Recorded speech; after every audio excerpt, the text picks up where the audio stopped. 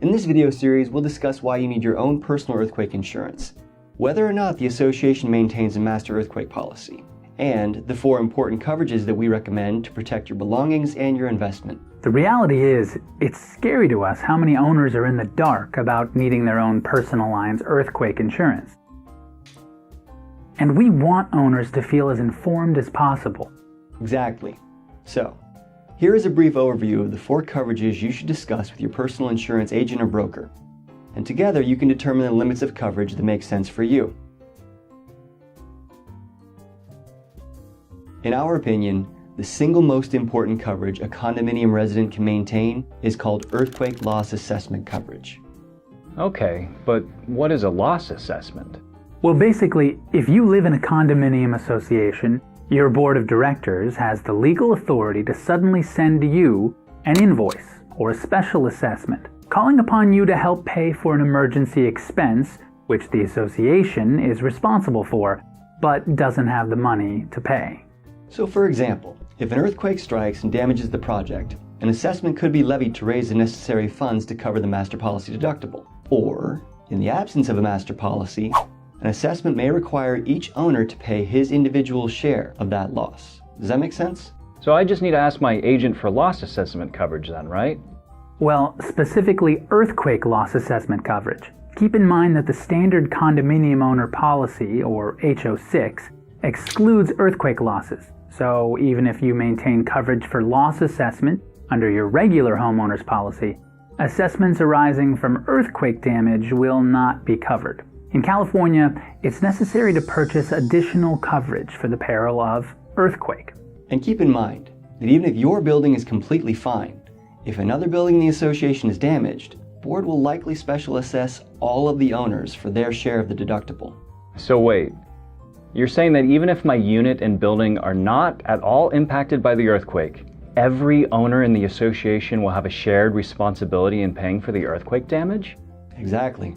Wow, it sounds like these earthquake loss assessments can end up being really large. What if I just refuse to pay it? Not a good idea. If they aren't paid, it could result in the association placing a lien against your property and subjecting you to a potential foreclosure. So these are pretty serious consequences, but you can minimize this risk by obtaining the largest amount of earthquake loss assessment coverage that you can afford.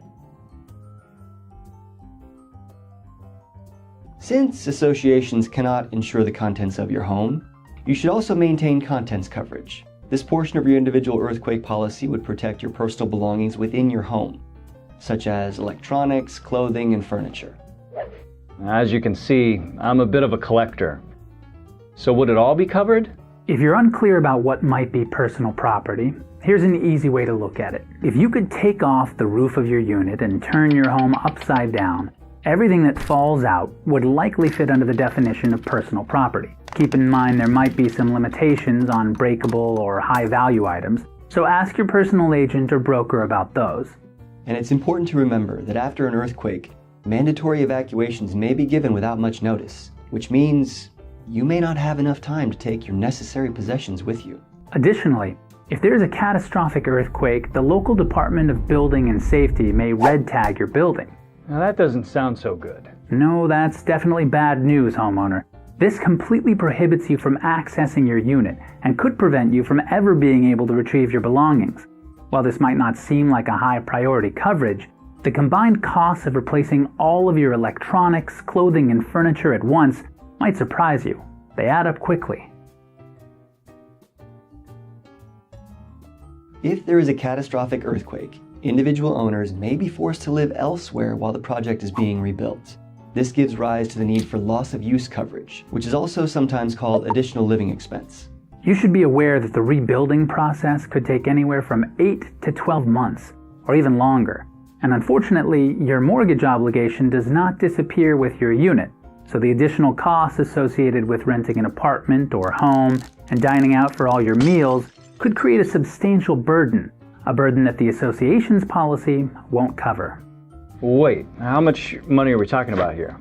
The amount of money you require to live elsewhere while your unit is being restored will vary significantly based on the community you live in and how many people you need to feed.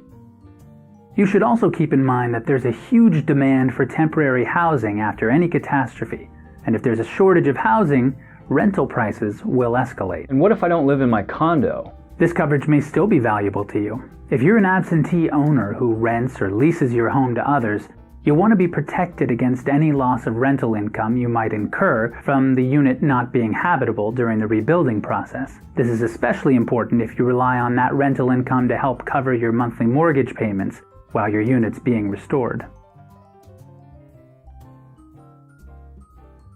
One of the least understood coverages under a personal earthquake policy is real property coverage, sometimes termed building or building property. Well, that seems pretty straightforward. I can use that to rebuild my building, right?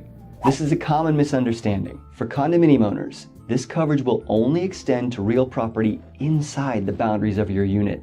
Those property features that you individually own. If the structural shell and the exterior of the building is technically owned in common by all of the association members, only the association can insure that part of the real estate. For most associations, the governing documents indicate that the association is only responsible to maintain and repair each building up to and including the unfinished floors, walls, and ceilings of the individual units. This is often referred to as bare walls, meaning the association will rebuild the bare walls, and everything inwards of that is your responsibility to repair and maintain. Do you have some examples? What exactly do you mean by inwards from the... You said bare walls? So everything inwards from the unfinished surfaces of the drywall. Think wall treatments, floor coverings, built-in cabinets, countertops, built-in appliances, plumbing, and electrical fixtures, and other permanently attached fixtures inside your unit. If these are your responsibility to repair and maintain, you should consider including some coverage for them under your personal line's earthquake policy. Well, how can I find out what exactly is or isn't my responsibility? 2 places. First, your association's governing documents. The rules may vary for each association, but it's safe to assume that there is a large amount of interior improvements prone to earthquake damage, for which you solely will be responsible to restore after a loss. The second place is the policy itself. Some earthquake policies extend coverage to the interior real property regardless of what the CC&Rs state. But even if the association's earthquake policy provides affirmative coverage for some or all of these items, there are several reasons we would still encourage you to maintain this coverage individually. These reasons include minor loss scenarios, which could fall below the HOA's earthquake deductible, or major or total loss scenarios, in which the repair costs could exceed the association's available limits. In these cases, we suspect associations will likely tell the unit owners that they're on their own. Just because the association maintained broader coverage does not change their formal obligations from a maintenance and repair standpoint. This makes real property coverage an essential purchase for you, regardless of the scope of building coverage maintained by the association. Okay, so I need to talk with my agent about earthquake loss assessment coverage, contents coverage, loss of use coverage, and real property coverage. And then finally, I can take a ride in my brand new sports car.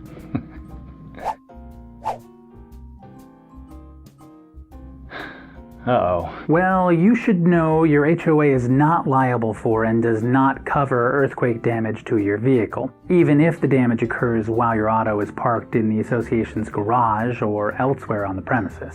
You can address this exposure by maintaining comprehensive coverage, sometimes called other than collision coverage, under your personal auto policy. You can find other helpful articles and videos at our website at kleinagency.com. That's CLINE.